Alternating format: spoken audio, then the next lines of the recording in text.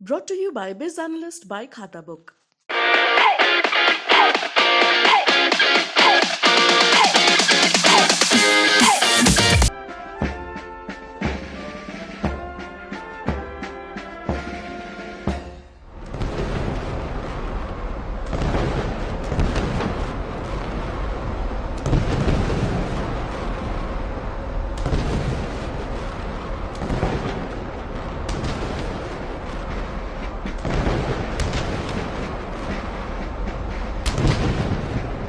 बारहवें president fleet review के दौरान प्रेसिडेंट रामनाथ कोविंद को 21 तोपों की सलामी दी गई। कोविंद ने परेड का निरीक्षण भी किया। इस दौरान इस कार्यक्रम में रक्षा मंत्री राजनाथ सिंह भी मौजूद थे। राष्ट्रपति ने भारतीय नौसेना के राष्ट्रपति के बेड़े का निरीक्षण किया।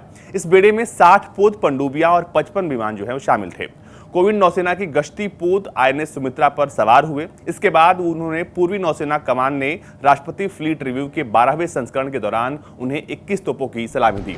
आजादी के अमृत महोत्सव के अवसर पर विशाखापत्तनम में राष्ट्रपति के बेड़े की समीक्षा का 12वां संस्करण का आयोजन किया गया था। आपको बता दें कि आर्म्ड फोर्सेस के सर्वोच्च कमांडर के रूप में भारत का हर राष्ट्रपति अपने 5 साल के कार्यकाल में एक बार भारतीय नौसैनिक बेड़े की समीक्षा करता है और PFR 22 जो है इस तरह की 12वीं समीक्षा है।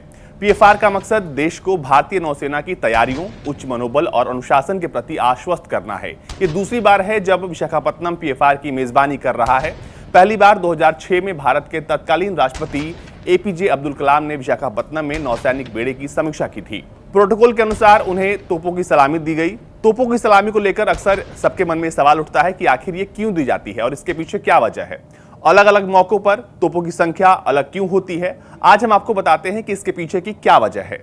ये सम्मान देने की एक प्रक्रिया है जिसका फैसला सरकार करती है, किसे राजकीय सम्मान देना है और किसे नहीं देना है।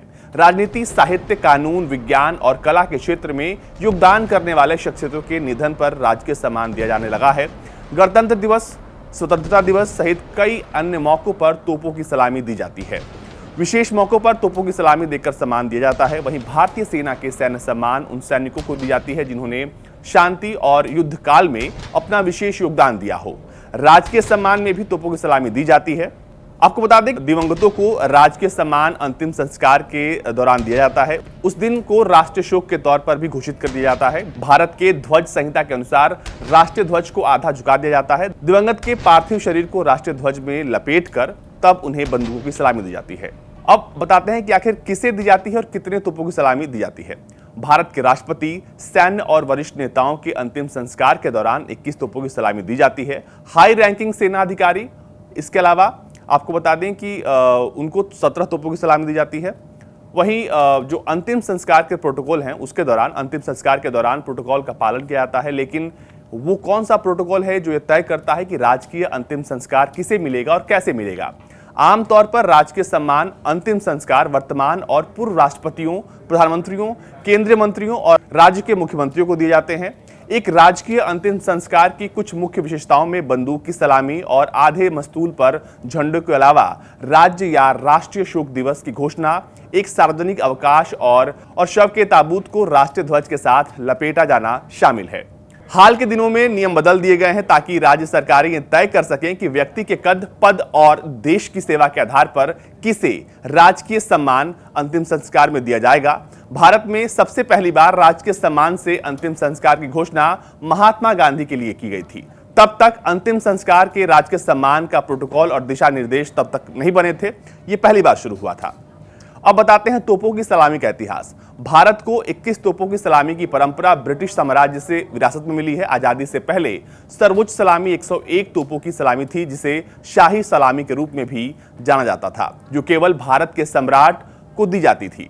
इसके बाद 31 तोपों की सलामी या शाही सलामी दी गई। यह महारानी और शाही परिवार के सदस्य को पेश किया गया था। ये भारत के वाइसरॉय और गवर्नर जनरल को भी पेश किया गया था।